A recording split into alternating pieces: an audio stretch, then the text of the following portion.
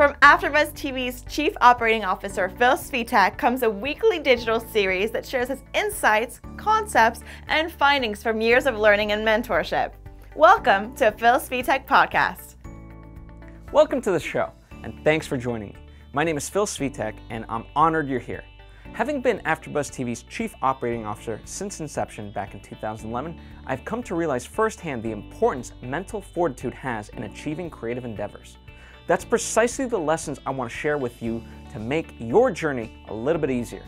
This week, I came across an article from Cosmopolitan.com with the headline, Kim Kardashian met the president of Uganda and, LOL, he asked her what her job is. Now, I'm not here to comment on Kim Kardashian or any of her family members, but that headline made me think about what it means to have a fan base or audience. Sometimes people will even refer to it as your reach. They all mean the same thing. How many people are engaged with your content? Someone like Kim Kardashian has an insanely large following, certainly by social media standards. And whether it's her or someone else really famous, I see lots and lots of people try to emulate those people. Emulate them how? Well, therein lies the problem. The ways in which I see people emulate these celebrities is on a surface level. They forget the craft and instead seek the result, aka they aim to become famous. The ultimate goal cannot be fame or money. That's a byproduct of the value you bring to people, just like in any other field, by the way. One such example of what I see is men and women post provocative selfies to attract likes on social media. They do this because posting something else doesn't garner as many likes as a sexy selfie. That may be, but what are you really saying? What are you really promoting? Recently, I saw Bradley Cooper's A Star is Born, and there's a quote I really like that speaks to this. Don't worry, it's not a spoiler. The quote goes, "Look, talent comes everywhere, but having something to say and a way to say it so people listen to it, that's a whole other bag. And unless you get out there and you try to do it, you'll never know. That's just the truth. If there's one reason we're supposed to be here is to say something so people want to hear it. So you got to grab it. And you don't apologize. You don't worry about why they're listening or how long they're going to be listening for. You just tell them what you want to say. Don't you understand what I'm trying to tell you?" Yeah, I do. I don't like it, but I understand it. Oh, I think you like it a little bit. looking at it from that perspective, is all you have to say, hey, look at me, I just want you to like me. For fuck's sake, stop worrying about how famous you should be. Instead, start worrying about what you're saying and how you're saying it. Align your art and your skills with your values, because you will never attract or sustain an audience if you don't truly captivate them. And maybe this is just me trying to raise the standard of art higher than the lowest common denominator, but from firsthand experience, there's audiences out there hungry for more meaningful content. They may be a little harder to reach, but that just means you don't want it hard enough. You don't care about the craft, you just want to be famous. And if that's your jam, then best of luck to you. I always tell the hosts at AfterBuzz that I work with that what I build is careers, and careers by definition span across decades. My goal isn't for you to get 15 minutes of fame and then have it flame out. I want you to have fans that find what you have to say impactful and stick with you over the long haul. In 2008, founding executive editor of Wired magazine, Kevin Kelly, wrote a blog post entitled 1,000 True Fans. I encourage you to read the whole piece so you get the lesson directly from the horse's mouth, so to speak. But the general overview of his theory is that as artists, you don't need to aspire to have millions of followers. All you need to be successful is 1,000 true fans. Hence the title of the article. These 1,000 fans should be people who respect your work so much that they'll tune in each time you have something new. The idea is that rather than have this insurmountable goal for yourself when you're starting out of reaching 1 million fans, it's easier to think that all you really need is just 1,000 fans. The reason this methodology works is because if those 1,000 true fans are able to contribute just $100 a year to you, that earns you a living of $100,000 yearly. Now, I'm not sure about you, but that to me sounds like a very good living. Kevin Kelly's article puts creatives at ease mentally, and many have been able to apply the notion into practice. Instead of a musician trying to appeal to everyone but getting no one, she started concerning herself with a target audience and spoke deeply to them. The 1,000 true fan theory is mentally manageable and practical in reality. So when it comes to your content, stop worrying about becoming famous. Worry about the content first and foremost. If you're worried about how many people you can get to watch your video, like a social media post, or so on, all you're doing is putting the cart before the horse. And from personal experience, it's extremely unlikely that you'll ever garner a community that way. Focus on making your art have something to say, like A Star is Born teaches us. It might be cliche, but do it for the love of the art. Art is about expressing yourself in the most honest human way possible. There's enough garbage out there in terms of content. You don't need to add to it. Dare to be different. Dare to be you, which is a unique individual. In large part, why I don't think people attempt more with their art is because they have tremendous fear. They're worried that they won't make money, and so they emulate other methods they think will work. Or perhaps they're afraid that the world will judge them based on what they have to say. Maybe they think what they have to say won't fly in today's political climate. Maybe they're so scarred from life, as many artists sometimes feel, that seeking outside validation is a form of making peace with themselves. This, of course, is a false calming of the self. No one can provide you with validation. You have to be okay with yourself. Another type of fear might be they don't think they have the right resources to create the type of content they want to create. Does any of this resonate with you? Because all of these resonate with me, and then some. It's all fear-based in illogical thoughts. Stephen Pressfield would call this resistance with a capital R. It is resistance preventing you from being authentic, and so fear cripples you and projects a false image of yourself onto society through your everyday art and actions. Let's examine the first fear I mentioned a little deeper, shall we? The fear of not making money from your art. That's a big one because, of course, at the end of the day, you have to make some sort of living. Even if what you do creatively isn't a full-time job and more of a hobby, I encourage you, nay, I urge you, at least if you want traction with it, to work on your craft every single day, holidays and weekends included. Doing this is the only way you can ever expect to make any money from your art. You must be serious about it and put in serious hours and dedication. When you do that, good things start to happen. And that's what Kevin Kelly is really teaching us. The good things I'm talking about is all of a sudden people discover your work and latch on. It doesn't take many, just a few, and it starts to build. The more honest your content's message is, the more it resonates with people and the greater the chance of growth and revenue. That's what suddenly turns you from a hobbyist to a true professional. See, people get intimidated because they feel the only way to make money is by having hundreds upon hundreds of thousands of fans, if not millions. That's not the case. In my interview with Elaine Pofeld, who is not only a writer for Forbes, but also the author of $1 Million One-Person Businesses, she highlighted a painter who was getting rejected from art galleries, and instead of sulking about it, she started a Facebook page to showcase her art. Her audience was small, but they were loyal. They were loyal as hell. How loyal? Well, before she started her Facebook page, her paintings, on the rare occasion she was able to book a gallery, went for $100 a painting. Through her Facebook page, she's able to earn a lot more. How much more? Let's just say that some of her paintings sell upwards of $35,000. A $100 painting versus a $35,000 painting. That to me is incredible. That right there has to prove to you that it's not about the size of the audience, but rather the quality of the audience. But if it doesn't, or you just want more examples to be inspired by, then let's keep going. You have it in you to do your own version of something like this. But it must start from a passion for your art. Kevin O'Leary, aka Mr. Wonderful from ABC's Shark Tank, says that when starting a business, you need to worry about making the best product, not revenue. Revenue will come if you have a good product. That logic applies to creative endeavors. Here's an example of a loyal but small audience. Adam Carolla sure doesn't have the following that major celebrities like Kim Kardashian have. And yet, whenever he writes a book, it's automatically a New York Times bestseller. Every weekend, Adam Carolla sells out comedy clubs everywhere. When Adam wanted to make a movie, his fans supported his Kickstarter campaign so much that he essentially doubled what he was asking for in donations from $1 million to well over $2 million. See, I'm not convinced many of these celebrities you admire and try to emulate at times could command that sort of connection from their fan bases. Go for a quality community of fans rather than pure quantity, because quantity will ultimately mean nothing in the grand scheme of things if the connection's not there.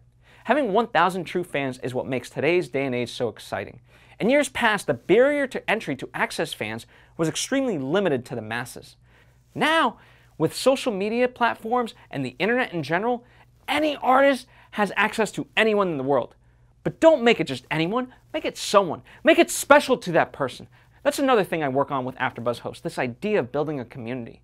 Building a fan base is really about building a community. In order to build a community, you must participate within the community, which means not just posting and constantly barraging people to like your work. It's about getting to know and understand the people. It's about engaging with them. Doing so will allow you to gain trust with them. It'll create an extremely strong bond between you and them. That's how you reach 1,000 true fans, by building and nurturing a community of people that have gathered because they like the message you have to say. In a way, the more fans you have, the harder it is to have that personal connection with people. It's not to say that it's impossible. In fact, there's plenty of people whose work resonates with millions upon millions of people. The movie A Star is Born is an example of that. But it resonates because of the dedication Lady Gaga and Bradley Cooper put into it, along with the rest of the cast and crew. For those that watch me on Popcorn Talks Anatomy of Movie, which is an in-depth discussion show about movies, know that I didn't love the message of A Star is Born. So does that make me a hypocrite? No, because that's how powerful the movie was. It forced me to think and come up with an opinion on a major topic, which I won't spoil. And in watching it, the movie was as honest as it could be, at least for the filmmakers that made it. That I respect wholeheartedly of anyone. The lesson there is stop trying to please everybody and go please somebody. In fact, I'll give you one better. I'm a huge South Park fan. It's a show that's very polarizing for many people, including its own audience. NYU News wrote that South Park doesn't just break down barriers, it ignores them completely. If you stop to think about that, quote, consider this. Barriers are constructs of human minds. They don't exist. It's just a societal means of stating what people are comfortable with and what they're not.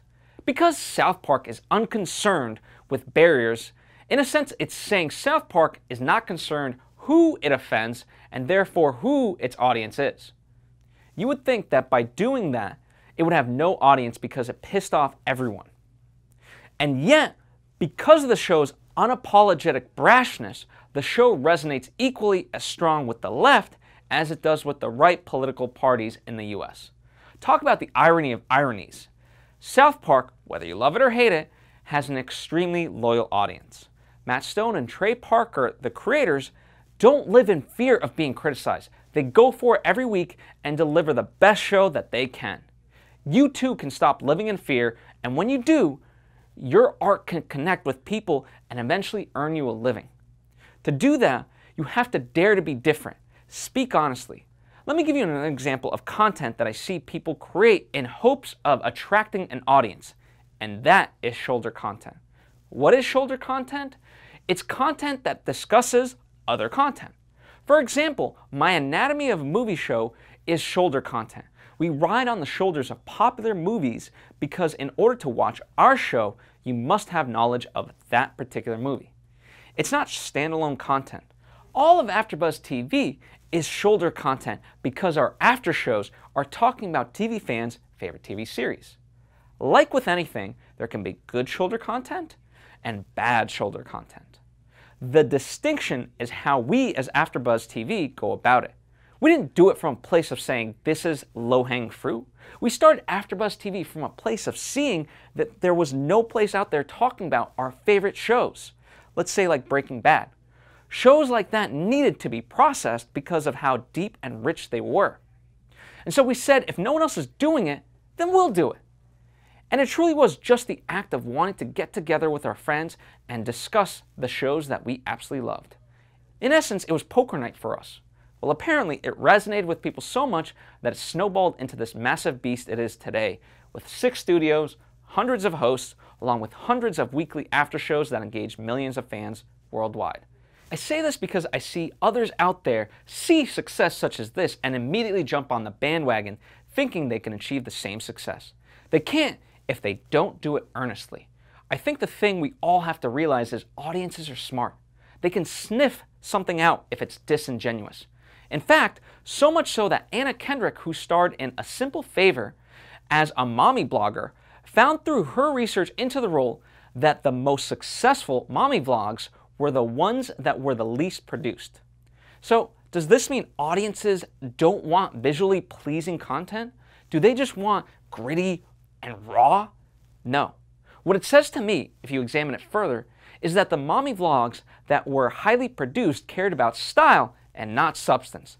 The low-quality mommy vlogs cared about delivering the best tips for other moms out there. But there is a way to combine high production value with quality information in a way that truly resonates with people. However, for better or worse, what and how much something resonates with people is unpredictable and outside of your control. That's the other lesson Kevin Kelly learned, and so must we. You see, by 2008, the time in which he published 1,000 True Fans on his blog, Kevin Kelly already had a massive body of work. He had articles, books, and a large number of readers. But when he published 1,000 True Fans, suddenly something magical happened. People who had never heard of Kevin Kelly flocked to this article, and it spoke to them. His intention was just to write it in hopes that people who read this would feel a little bit better because they wouldn't have to bite off more than they could chew. Well, that feeling touched artists around the world, and today it's probably his single greatest contribution. That's insane if you really think about it. He certainly didn't expect that, and that's the takeaway. You don't know what will stick and what won't. All you can do is create content as honestly as you can, over and over. If it sticks, it sticks. Who cares? Move on to the next project and the next project after that. I've brought up Anatomy of Movies several times, but allow me to use it again as an example to illustrate this particular point.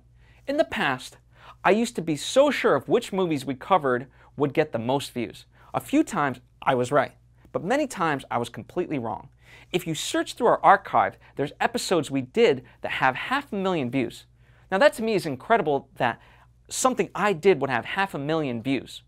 More incredible is which movie discussions those views are attributed towards.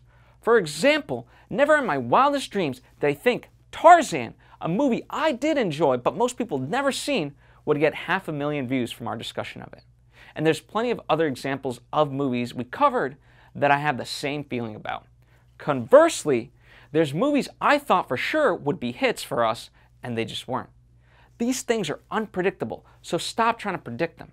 The whole notion of emulating other content because they're trends or work for other people is exactly the act of trying to predict an outcome. Just because it works for someone else doesn't mean it'll work for you. You can take the best practices and certain methods, but you must apply it to your own voice. Their voice you can't take. The spirit of your work must be your own. I get why we all look to others.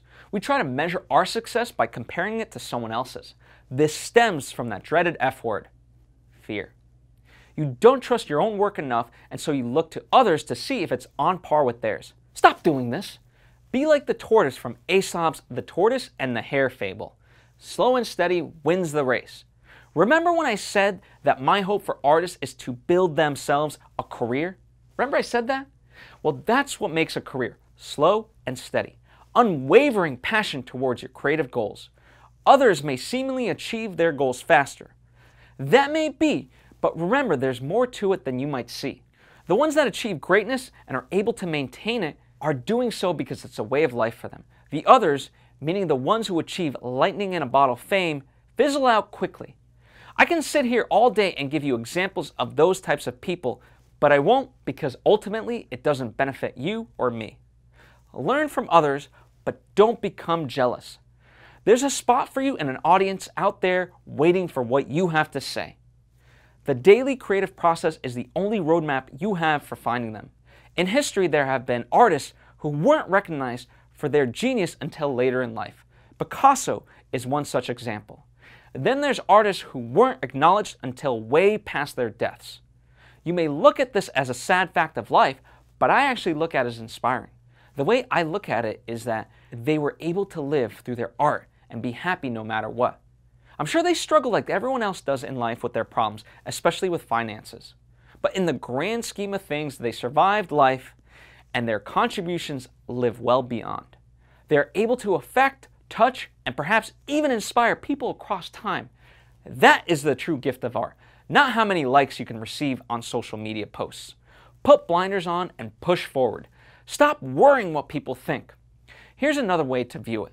These lines come from a film called Almost Famous. See, friendship is the booze they feed you. As they want you to get drunk and feeling like you belong. Well, it was fun. Because they make you feel cool. And hey, I met you. You are not cool. I know. Even when I thought I was, I knew I wasn't. Right, because we are uncool.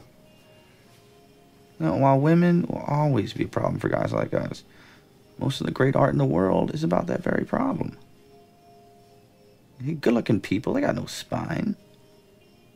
Their art never lasts. Then they get the girls, but we're smarter. Yeah, I can really see that now. Yeah, because great art is about guilt and longing and, love disguised as sex and sex disguised as love. Hey, let's face it. You got a big head start. I'm glad you were home. I'm always home. I'm uncool. Me too. You're doing great. The only true currency in this bankrupt world is what you share with someone else when you're uncool. In the spirit of Almost Famous, be uncool. Perfect your craft and good things will come, because after all, you just need to make a genuine connection with a small amount of people in the world to be able to be successful. That's what Kevin Kelly has taught us, and that's what hundreds of artists have now proven. To help reinforce today's lesson, here's a few quotes that I think you'll like. My decision to end my marriage was such a risk to losing ratings and lose my fan base. I had to take that risk for my inner peace and to be happy with myself. There's so many people who have never heard of us, but I think what we've learned is you can't underestimate the power of a core fan base and people who believe what you're doing. I think they're the ultimate marketers. They're the ones promoting us. I think it's important to earn your fan base and not just try to immediately advance to the top. If you ride to the top quickly, you're liable to fall as quickly. Take your time. It's a long journey ahead of you as an artist. There's nowhere that you're supposed to be other than right now, living inside your art. I think the moment you start trying to please a fan base is when you start going downhill. I'm going to always write about what I want, even if it doesn't necessarily cater to most of them. I've gone through many phases in music in my life. Before I was signed, I was making completely different music, and my fan base has followed me. They continue to follow me as the music progresses and as I grow as an artist. As long as I stay true and don't pretend to be someone I'm not, I hope they'll come along with it. An influencer with a small but loyal and engaging following can often have a far greater impact than the one with a much larger fan base. Before you click away to another lesson from Phil, here's a few more things. For your benefit, the transcript of this episode is available on Phil's website. A link is provided so you can always review it. Please be sure to hit that like button if you've enjoyed this episode and tell your friends and family members about us. Leave us a comment with your thoughts and opinions and what lessons you would like to see Phil tackle next. The more specific you are with your questions, the better he can answer them. Also, you can support this show on patreon.com/PhilSpeedTech if it doesn't burden you financially in any way. Every contribution is truly appreciated, and it helps defray the cost of putting on this show, which you can imagine takes a lot of effort. To be notified when future episodes release, subscribe on either Apple Podcasts, on YouTube, on Facebook, Google Podcasts, Spotify, or whatever platform is most convenient to you. Specific links are provided below. Lastly, if you're interested in joining AfterBuzz TV as a host or as an intern, visit AfterBuzz TV's contact page. A direct link is provided. Or, of course, you can tweet at PhilSpeedTech or Instagram me at Bonjour Juliette. Thank you so much for watching. I am Juliette Vibert, a producer on the show, and we will see you next week with another one of Phil's life lessons. Bye.